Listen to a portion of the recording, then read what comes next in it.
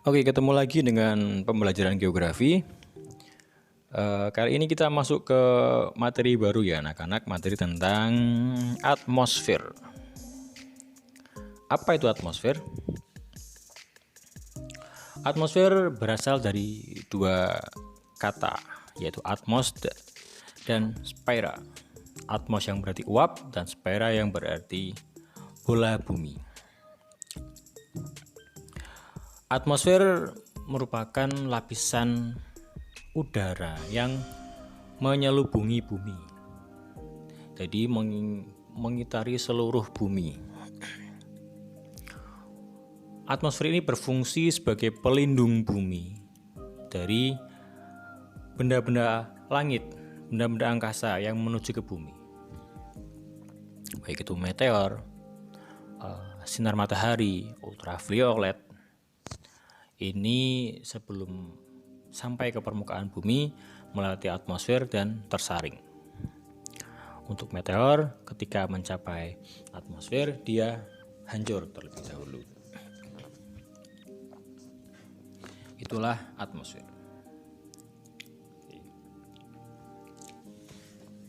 Unsur-unsur yang ada di atmosfer antara lain nitrogen sebagian besar yang memiliki 78,08%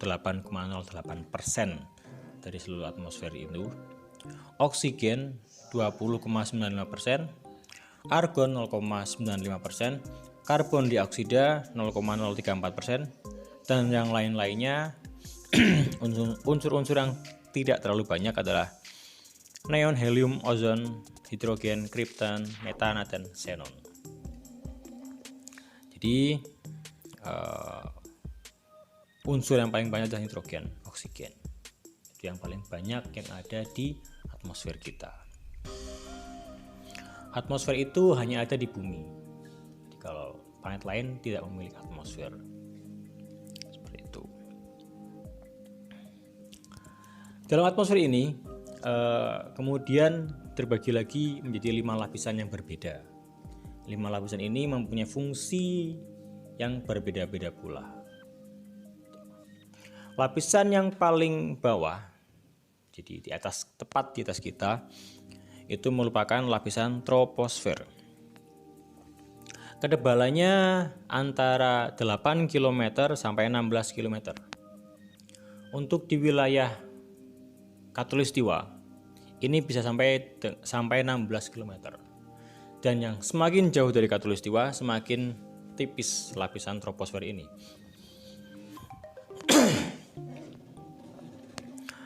Jadi untuk di kutub utara, kutub selatan, ketebalannya hanya berkisar 8 km. Di lapisan ini tempat terjadinya hujan, awan, angin. Jadi hujan atau presipitasi itu turun di lapisan troposfer ini. Awan yang terbentuk yang kemudian menjadi hujan tadi itu berada di lapisan ini. Seperti itu ya.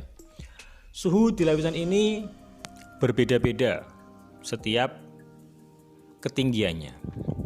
Semakin tinggi suhu, semakin tinggi ketinggiannya, maka suhunya semakin rendah atau semakin dingin.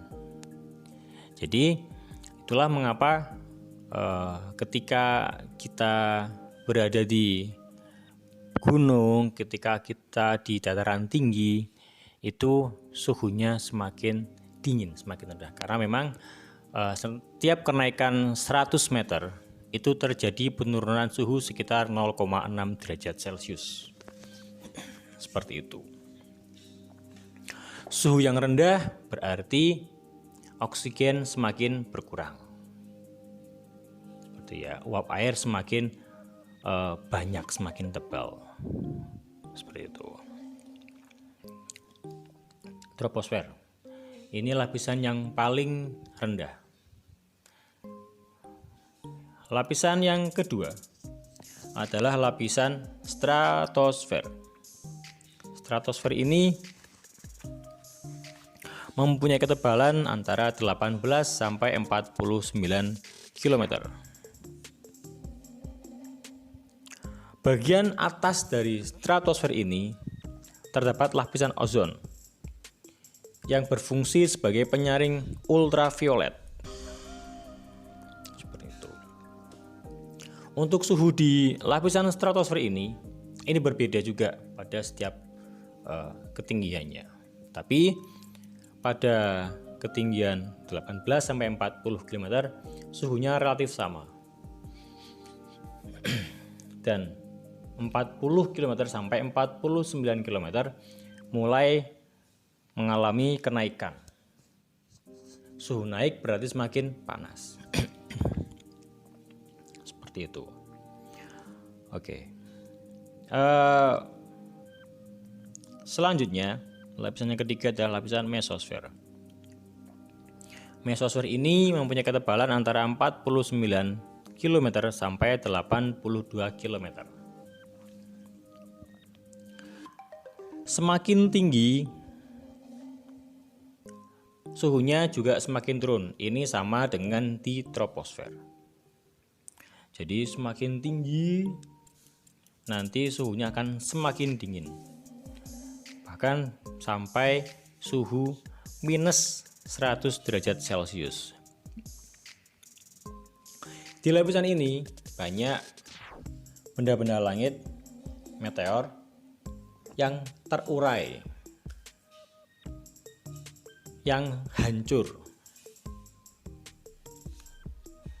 Jadi benda-benda langit yang berasal dari angkasa tadi masuk ke atmosfer, di lapisan di atas mesosfer itu mereka terbakar.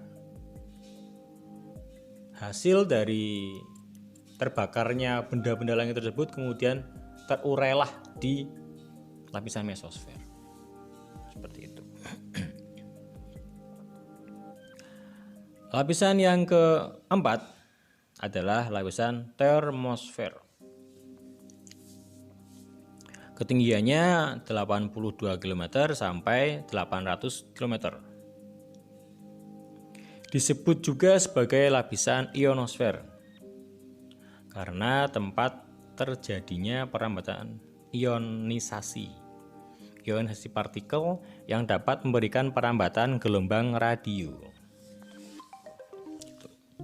Nah, seperti namanya, termosfer. Termos itu kan alat untuk menyimpan air agar tak panaskan. Di lapisan ini juga seperti itu. Jadi semakin tinggi lapisan ini akan semakin panas. Panasnya bisa sampai 1500 derajat Celcius. Sangat panas sekali. Bayangkan saja kalau kita masak air itu kan didih. Titik di air itu kan 85 derajat itu sudah mendidih kan. Sudah bisa dikonsumsi, Tapi kalau titik ini kan 100 derajat Celcius. Bayangkan di sini panasnya bisa sampai 1500 derajat Celcius. Panas sekali. Oke. Lapisan yang jadi lapisan ini benda-benda angkasa tadi yang masuk ke bumi ini terbakar dari sini. Terbakarnya di termosfer dan eksosfer. Eksosfer ini nanti lapisan yang terakhir. Jadi mereka meteor-meteor tadi, benda-benda langit tadi masuk ke atmosfer kemudian terbakar di sini di termosfer ini. Kemudian mereka terurai di lapisan di bawahnya. Seperti itu. Dan untuk lapisan yang terakhir adalah lapisan eksosfer. Lapisan ini merupakan lapisan yang paling luar dengan ketinggian antara 800 km sampai 1000 km dari permukaan bumi ya. Di lapisan ini gravitasi bumi sangat kecil.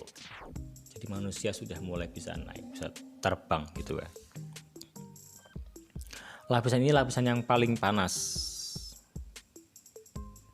Jadi semakin dari mulai termosfer sampai ke eksosfer itu semakin naik akan semakin panas. Sering disebut sebagai ruang antar planet dan geostasioner karena merupakan batas dari atmosfer dengan angkasa. Itu. Jadi setelah dari eksosfer tadi naik lagi, gravitasi sudah mulai tidak ada. Manusia sudah mulai terbang.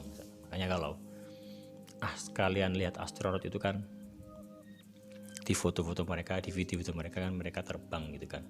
Mereka tidak bisa menapak. Bahkan di pesawat mereka pun mereka terbang. Mereka butuh pemberat agar bisa menginjakkan kakinya. Seperti itu. Itu dia kelima lapisan tadi. Jadi semoga dipahami ya. Oke.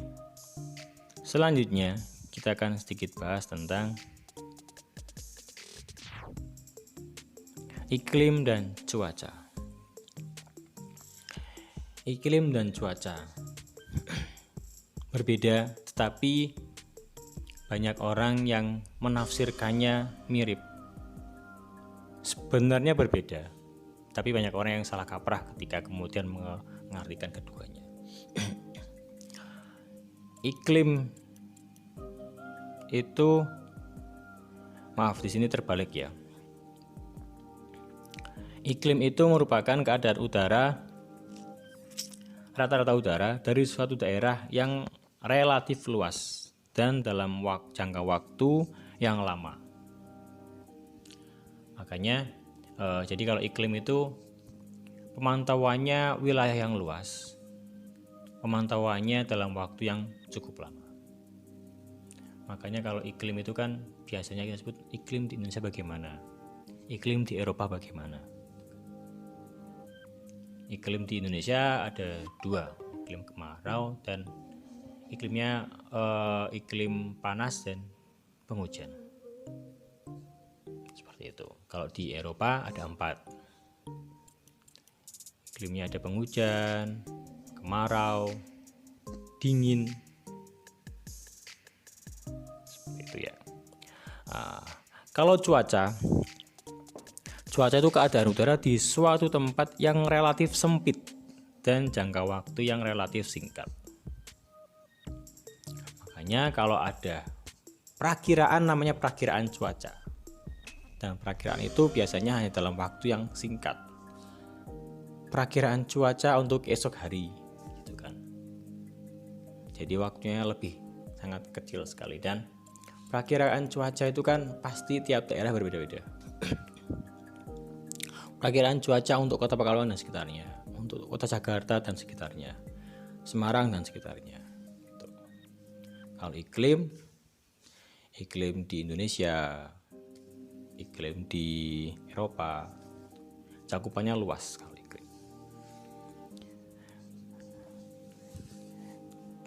Jadi, perbedaan iklim dan cuaca terdapat pada luas cakupan wilayah dan lama waktu pengamatan. Kalau iklim pengamatannya cakupannya wilayah yang luas, waktunya lama. Kalau cuaca cakupannya kecil dan waktunya lebih pendek. Itu. Oke, cukup untuk materi hari ini. Terima kasih. Stay safe and stay healthy. Wassalamualaikum warahmatullahi wabarakatuh.